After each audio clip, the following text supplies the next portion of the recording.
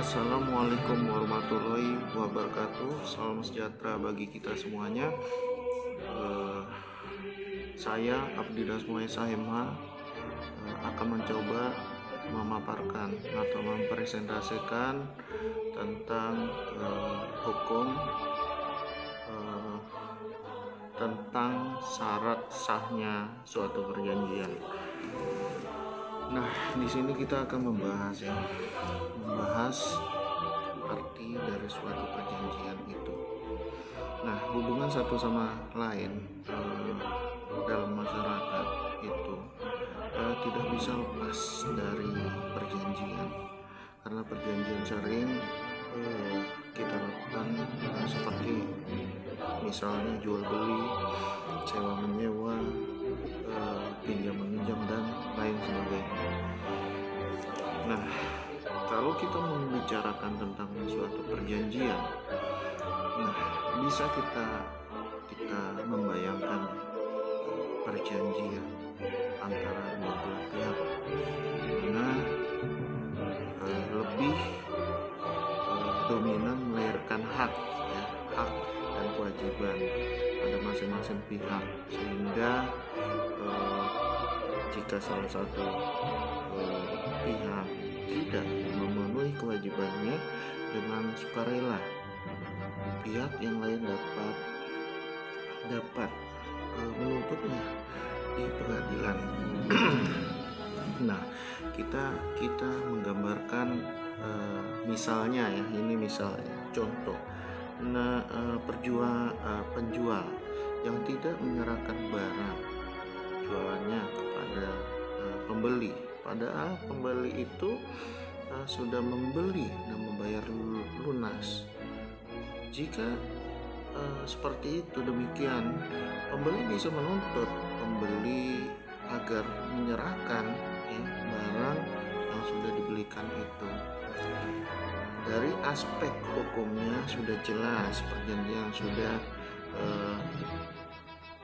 dibuat dan disepakati oleh para pihak, berlaku sebagai undang-undang dalam mengikat para pihak yang membuatnya.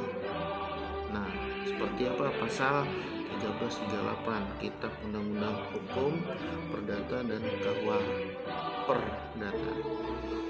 Nah, oleh karena itu, setiap perjanjian itu kita harus mengetahui dibuat harus benar-benar dilaksanakan, atau tidak maka akan dikategorikan sebagai perbuatan wan prestasi.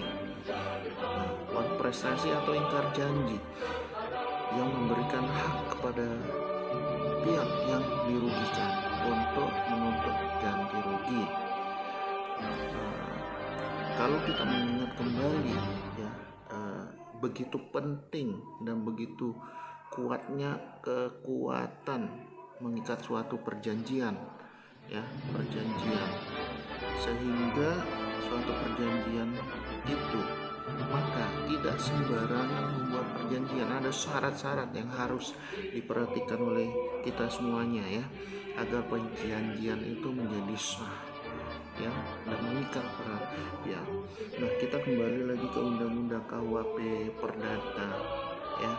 Seperti sah suatu perjanjian tersebut dikenal dengan syarat sahnya perjanjian, pasal 1320 KUH Perdata, di mana di sini ada empat syarat perjanjian ya, Yang pertama adalah sepakat mereka mengikatkan dirinya.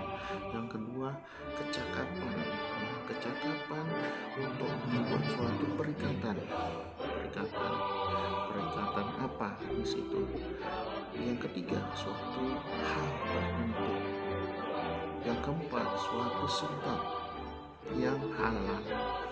Nah, di sini mungkin kita bisa mentelaah lagi opsi-opsi dari di antara empat syarat tersebut. Yang pertama yang tadi ya, yang pertama dan yang tadi sudah jelas ya, syarat subjektif. karena berkenaan dengan para subjek yang membuat perjanjian itu. Sedangkan syarat ketiga dan keempat berarti para pihak yang membuat perjanjian harus sepakat atau setuju mengenai hal-hal pokok, pokok permasalahan yang dijanjikan, seperti materi yang diperjanjikan, di mana kesepakatan itu harus dicapai dengan tanpa ada paksaan, penipuan atau kekilafan. Pasal 1321 KUH Perdata ya. Di sini kita harus jelas, jangan sampai kita gagal paham untuk melangkah ke jalur hukum, untuk melangkah mengenai perbuatan hukum. Syarat kedua, kecakapan untuk membuat suatu perikatan. Ya, pasal 1330 itu semuanya sudah ada dasar hukumnya. Ya, sudah mengatur pihak-pihak mana saja yang boleh atau dianggap cakap untuk membuat suatu perjanjian itu. Ya, yakni sebagai berikut, seperti tak cakep. Ya, tak cakep itu satu, orang yang belum dewasa.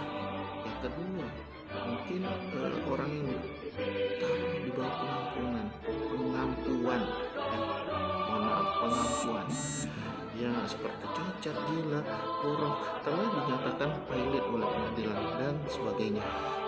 Ya, yang kedua, seorang istri, tapi namun bisa berdasarkan surat edaran Mahkamah Agung nomor 3 tahun 1963. Seorang istri sekarang sudah dianggap cakap untuk melakukan perbuatan hukum sendiri. Nah, syarat yang ketiga langsung capai ya, syarat ketiga saja mengenai suatu hal tertentu. Maksud adalah dalam membuat perjanjian, apa yang diperjanjikan, objek perikatannya harus jelas.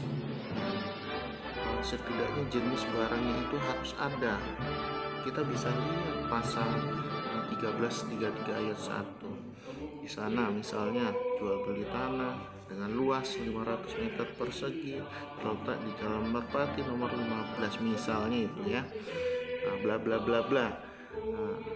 Nah, syarat keempat, suatu sebab yang halal. Berarti tidak boleh memperjanjikan sesuatu yang dilarang undang-undang atau yang bertentangan dengan hukum. Itu maksudnya suatu sebab yang halal. Nilai-nilai kesopanan ataupun ketertiban umum bisa kita lihat pasal 1337 KUH Perdata. Ya, misalnya melakukan suatu perjanjian jual beli narkoba, itu bertentangan, atau perjanjian jual beli orang, manusia, sebagainya. Perjanjian semacam itu adalah dilarang dan tidak sah atau. Nah, jika sesuatu sudah memenuhi keempat syarat yang saya paparkan itu, maka perjanjian tersebut adalah sah di mata hukum. Tapi perjanjian bisa diminta dibatalkan, bahkan batal demi hukum jika tidak memenuhi syarat yang ada 1320 ya, yang pertama, yang kedua, ketiga, keempat, 4 syarat perjanjian. Kalau dilanggar, batal demi hukum. Mungkin presentasi yang saya paparkan sekian. Terima kasih. Mudah-mudahan bermanfaat bagi kita semuanya. Wassalamualaikum warahmatullahi wabarakatuh. Pamit, saya Abdi Dasmaesa MH. Sekian, terima kasih.